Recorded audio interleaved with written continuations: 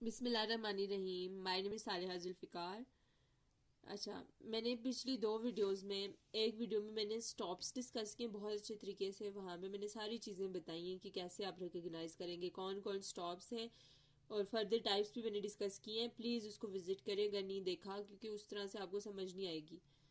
इसको series wise देखना पड़ेगा, वरना बिल्कुल भी समझ नहीं आनी। उसके बाद मैंने नज़ल डिस्कस किए हैं इससे प्रीवियस वीडियो में। आज मैं डिस्कस करूंगी कि फ्रिकेटिव्स क्या होते हैं। अच्छा, जो फ्रिकेटिव वर्ड है ना, ये फ्रिक्शन से निकला है। अच्छा, फ्रिक्शन प्रोड्यूस होती है हमारे स्पीच ऑर्गन्स के अंदर कुछ साउंड्स प्रोड्यूस करते हुए। कौन सी होती हैं वो साउंड्स जो हम प्रोड्यूस करते हैं, जो हम आर्टिकुलेट करते हैं, और एक फ्रिक्शन प्रोड्यूस होती है। अच्छा, फ्रिक्शन से क्या मुराद है कि 2 ऑर्गन्स इन्वॉल्व होते हैं उस साउंड को प्रोड्यूस करते हुए, और जब वो 2 इन्वॉल्व होते हैं तो थोड़ा सा गैप होता है उन दोनों ऑर्गन्स के दरमियान जहां से एयर पास होती है, इसलिए इनको क्या कहते हैं, फ्रिकेटिव्स। समझ आई?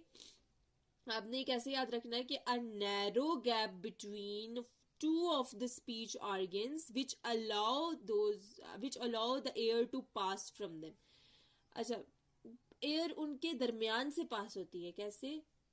अच्छा, फ्रिकेटिव्स की समझ आ गई क्या होता है।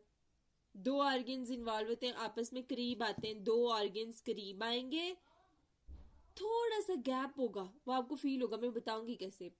वहां से एयर पास होगी, इसलिए इनको कहते हैं फ्रिकेटिव्स। ये होते हैं फ्रिकेटिव, सिंपल।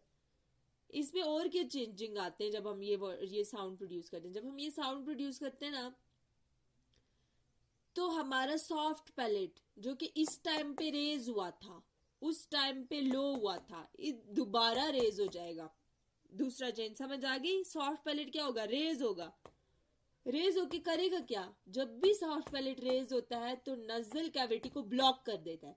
इधर भी ब्लॉक कर दिया था, इधर भी ब्लॉक कर दिया था, ताकि एयर जो है वो माउथ से पास हो और उस नैरो गैप से, यहाँ पे नैरो गैप से पास होगी। यहाँ पर तो गैप बहुत ज्यादा था, यहाँ पे बिल्कुल बहुत ज्यादा गैप नहीं है, बिल्कुल छोटा सा नैरो सा है। ठीक है, यहाँ भी सॉफ्ट पैलेट रेज होकर नजल कैविटी को ब्लॉक कर गया था, यहाँ भी सॉफ्ट पैलेट रेज होकर नजल कैविटी को ब्लॉक कर गया था, लेकिन यहाँ पर सॉफ्ट पैलेट लो हुआ था ताकि नजल कैविटी ओपन हो और एयर वहां से पास हो, इसलिए इनको नजल साउंड कहते हैं। ये मैंने पिछली वीडियो में सारा कुछ बताया हुआ, उसकी टाइप्स भी बताई हुई। यहाँ पे थोड़ा सा गैप हो गया। कैसे?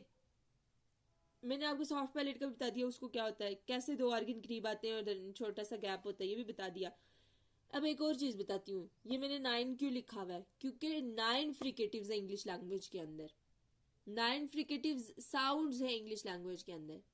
9 फ्रिकेटिव्स कॉन्सोनेंट साउंड्स है इंग्लिश लैंग्वेज के अंदर। कौन कौन सी? ये देखें, ये एफ दिख रहा है, इसको एफ कब पढ़ेंगे, जब ये अल्फाबेट है। अभी हम साउंड पढ़ रहे हैं, इसलिए इसको क्या पढ़ेंगे, फ। ये इसको यू क्यों लिखते हैं ब्रैकेट्स में, क्योंकि साउंड को हमेशा ब्रैकेट में लिखते हैं। वो, वी से वो, ये थीटा की तरह ना, तो इसको थ, इसको द। ओके, इसको सॉरी, इसको स, ये एस है ना, ये जी है ना बड़ा वाला, इसको जी पढ़ेंगे, ज पढ़ेंगे, सॉरी। ये एस की शेप का थोड़ा बड़ा है, इसको श पढ़ेंगे। ये जो जी छोटा वाला, इसको य पढ़ेंगे, जी नहीं पढ़ेंगे। ज तो ऊपर वाले को पढ़ लिया, इसको य। ओके, ये क्या एच दिख रहा है ना, ह, इसका कोई पेयर नहीं है। देखिए यहाँ पे कोई पेयर दिख रहा है, नहीं। ये छोटे जो एंड पे इनको छोड़ दे। ये 9 पूरे हो गए, 1 2 3 4 5 6 7 8, और ये हाँ 9 फ्रिकेटिव्स हो गए। क्लियर हो गया? अब हम फ्रिकेटिव्स की टाइप्स पढ़ने जा रहे हैं। देखिए, फ को हम फ्रिकेटिव क्यों कहेंगे, क्योंकि 2 ऑर्गन्स की इन्वॉल्वमेंट है। सॉफ्ट पैलेट रेज हो जाएगा, नजल कैविटी को ब्लॉक कर देगा, नैरो गैप से एयर पास होगी। कैसे? फ बोल के देखें, फ। जब आप प्रोनाउंस करेंगे आपको पता है आपके अपर टीथ और लोअर लिप ने कनेक्शन मेक किया।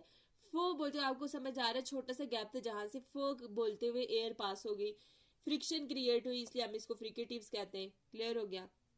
लेकिन फ्रिकेटिव की कौन सी टाइप है, फ और व? फ और व दोनों पेयर हैं, ठीक है। ये कौन सी टाइप है, लेबियोडेंटल टाइप है। कौन सी टाइप है, लेबियोडेंटल। क्यों? क्योंकि एक लिप है, एक दांत, एक ऊपर वाली लिप, ऊपर वाले दांत और नीचे वाले लिप्स ने कनेक्शन बनाया, तभी फ और व प्रोड्यूस है, इसलिए इनको क्या बोलेंगे, लेबियोडेंटल फ्रिकेटिव्स। एक टाइप डिस्कस हो गई। अगली आप खुद बना के देखेंगे एयर सॉरी कि कौन सी टाइप है फ्रिकेटिव की। वो तो हमने डिस्कस कर लिए। अब क्या होगा, अभी हम आते हैं थ और द पे। ओके, इसको हम थ नहीं बल्कि इसको द पढ़ते हैं और इसको थ पढ़ते हैं। ठीक है, समझ आ गई? सॉरी ये थ है और ये the, I am so sorry, ये थ ये थीटा वाला है ना, थ और ये द है। अच्छा, इनको आप प्रोनाउंस करके देखें। थ, आपको पता है आपके ऊपर वाले टीथ नीचे वाले टीथ ने कनेक्शन बनाया और दरमियान में जुबान थी, थोड़ा सा मतलब नैरो गैप था जुबान की वजह से, जहां से एयर पास हो गई। इसको कौन सी टाइप बोलेंगे? दांत इन्वॉल्व होने तो डेंटल बोलेंगे। ठीक है, डेंटल फ्रिकेटिव्स हैं ये दोनों। स और ज को बोले, स ज को बोल के देखें। स जब हम बोलते हैं स मैंने आपको अल्वियोलर रीज को बताया हुआ है। अल्वियोलर रीज क्या होता है? दांतों के पीछे वाली स्पेस। आप जब स बोलेंगे तो आपको पता चल जाएगा कौन सी जगह। स आपको पता है आपकी जुबान उठ रही है किस जगह पे? अल्वियोलर रीज वाली जगह पे। स और ज भी प्रोड्यूस करते हैं। बिल्कुल टच नहीं कर रही लेकिन उसी की तरफ उठ रही है। बिल्कुल क्यों नहीं टच कर रही? देखिए दांत भी जब हमने डेंटल पढ़ा था तो दांतों ने दोनों ने एक दूसरे को बिल्कुल टच नहीं किया था बल्कि नैरो गैप था। इसी तरह से स और ज बोलते हुए जुबान और अल्वियोलर रीज के अंदर थोड़ा सा गैप है जहां से एयर पास होगी, नैरो गैप है, इसलिए फ्रिक्शन क्रिएट होगी तो फ्रिकेटिव्स कहते हैं। क्लियर? तो ये कौन से हुए? Alveolar fricatives. क्लियर? साजा भी हो गए। अब हम आते हैं श य की तरफ। ठीक है, श य को हम पहले, ये श मैंने आपको बोला था साग का जो लंबा वाला श य को हम पैलेटल क्यों कहते हैं? आपको पता है पैलेटल जो है एल्व्यूलर रीज के पीछे वाला एरिया है और लाइक एक हार्ड सा एरिया होता है जो कि अल्व्यूलर रिज और सॉफ्ट पैलेट के दरमियान में होता है, जिसको हम अपनी जुबान में तालु कहते हैं। आप जब बोलेंगे ना श, आपकी जुबान उठ रही है, उसके साथ बिल्कुल कनेक्ट क्यों नहीं हो रही? क्योंकि हमें नैरो गैप चाहिए, क्योंकि फ्रिक्शन क्रिएट होगी तो फ्रिकेटिव बनेगा। बिल्कुल कहीं भी नहीं हो रहा। श आपकी जुबान उठ रही है, उसके साथ बिल्कुल कनेक्ट क्यों नहीं हो रही? क्योंकि हमें नैरो गैप चाहिए, क्योंकि फ्रिक्शन क्रिएट होगी तो फ्रिकेटिव बनेगा। बिल्कुल कहीं भी नहीं हो रहा। ठीक है, वो भी जब हमने लेबियो डेंटल बोला था तब भी बिल्कुल नहीं हो रहा था, थोड़ा सा गैप था। श के दरमियान भी जब हम पैलेटल और जुबान के दरमियान थोड़ा सा गैप होगा जहां से एयर पास होगी, इसलिए इनको फ्रिकेटिव्स बोलेंगे। और कौन से फ्रिकेटिव्स? पैलेटल फ्रिकेटिव्स, क्योंकि हार्ड पैलेट के साथ वो कर रहे हैं। अब आ जाते हैं ह की तरफ। ह एक वाहिद साउंड है इंग्लिश लैंग्वेज के अंदर जो कि एपिग्लॉटिस से निकलती है, जहां पर हमारे गले से निकलती है, थ्रॉट से निकलती है। आपको खुद भी फील होगा। अब ह बोलेंगे, आप हाथ रख के देखें, यहाँ पे आपको फील हो रही है। ठीक है, ये ग्लॉटल है, फ्रिकेटिव भी है क्योंकि फ्रिक्शन क्रिएट हो रही है ह बोलते हुए। वॉइस, अच्छा ये वॉइस टर्न वॉइस बताया हुआ। तो ये थे हमारे फ्रिकेटिव्स। नेक्स्ट हम एफ्रिकेट्स डिस्कस करेंगे और बाकी सारी इंशाल्लाह।